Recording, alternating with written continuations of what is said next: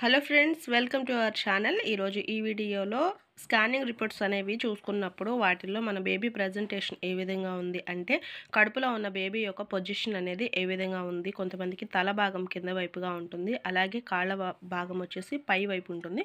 కొంతమందికి బేబీ అడ్డం తిరిగి ఉంటుంది, కొంతమందికి బేబీ తల భాగం కొంచెం పైకి అలా ఉంటుందన్నమాట. సో వాటిలో ప్రజెంటేషన్స్ అనేవి ఉంటాయి.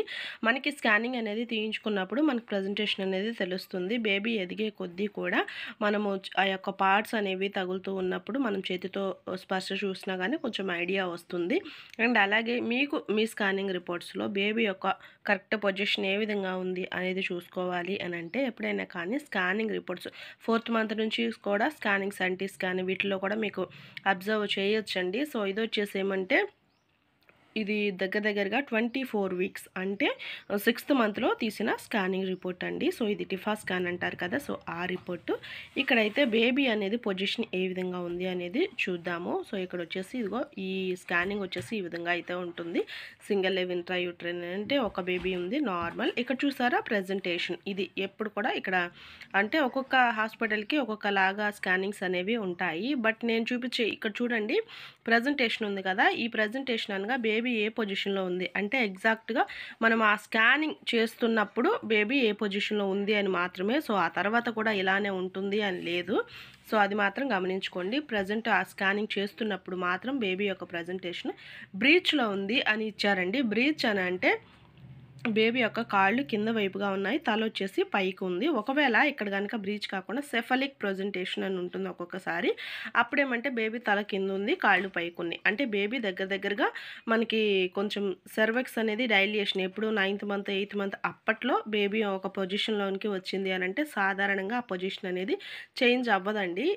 బాగా 8th మంత్ కూడా క్రాస్ అయింది, 9th మంత్ వచ్చింది అన్నప్పుడు. సో ఈ మధ్యలో మాత్రం బేబీ ఏ పొజిషన్లో ఉన్నా ఇంకాసేపటికి ఆ పొజిషన్ అనేది చేంజ్ అవుతూ ఉంటుంది. సో ఖచ్చితంగా మనకి పోయిన స్కానింగ్లో ఈ ప్రజెంటేషన్ అనేది వచ్చింది, ఆ తర్వాత కూడా ఇలానే వస్తుంది లేదంటే 8th మంత్ తీసే గ్రోత్లో కూడా అంటే అస్సలు ఉండదు. బేబీ అనేది పొజిషన్ మారుతుంది, మూమెంట్స్ కిక్స్ అనేవి మనకు తెలుస్తూ ఉంటాయి కదా. సో అప్పుడు బేబీ పొజిషన్ అనేది చేంజ్ అవుతుంది అని అర్థము. ఇక్కడ చూడండి 24 వీక్స్లో నాకు ఇక్కడ వచ్చేసి బ్రీచ్ ప్రజెంటేషన్ వచ్చింది. ఆ తర్వాత 8th మంత్ గ్రోత్ స్కాన్ అది చేయించినప్పుడు మళ్ళీ సెఫలిక్ ప్రజెంటేషన్ అనేది వచ్చిందన్నమాట. సో కొంతమందికి డౌట్ ఉంది, ఒకసారి బ్రీచ్ వస్తుంది, ఒకసారి సెఫలిక్ వస్తుంది, సో ఒకసారి ట్రాన్స్వర్స్ అని కూడా వస్తుందండి. సో అప్పుడు ఏమంటే బేబీ అడ్డంగా ఉంది అని అర్థము.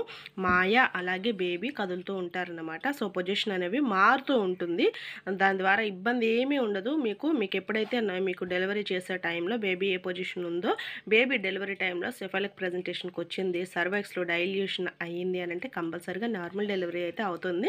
బ్రిడ్జ్ ప్రజెంటేషన్ ఉన్నప్పుడు మాత్రమే కొంచెం డెలివరీ అనేది కష్టం అవుతూ ఉంటుంది.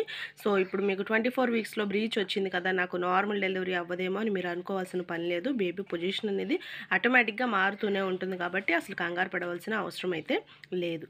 థ్యాంక్ యూ ఫర్ వాచింగ్ అండి. సీ యూ అనదర్ వీడియో నచ్చితే like and subscribe to our channel.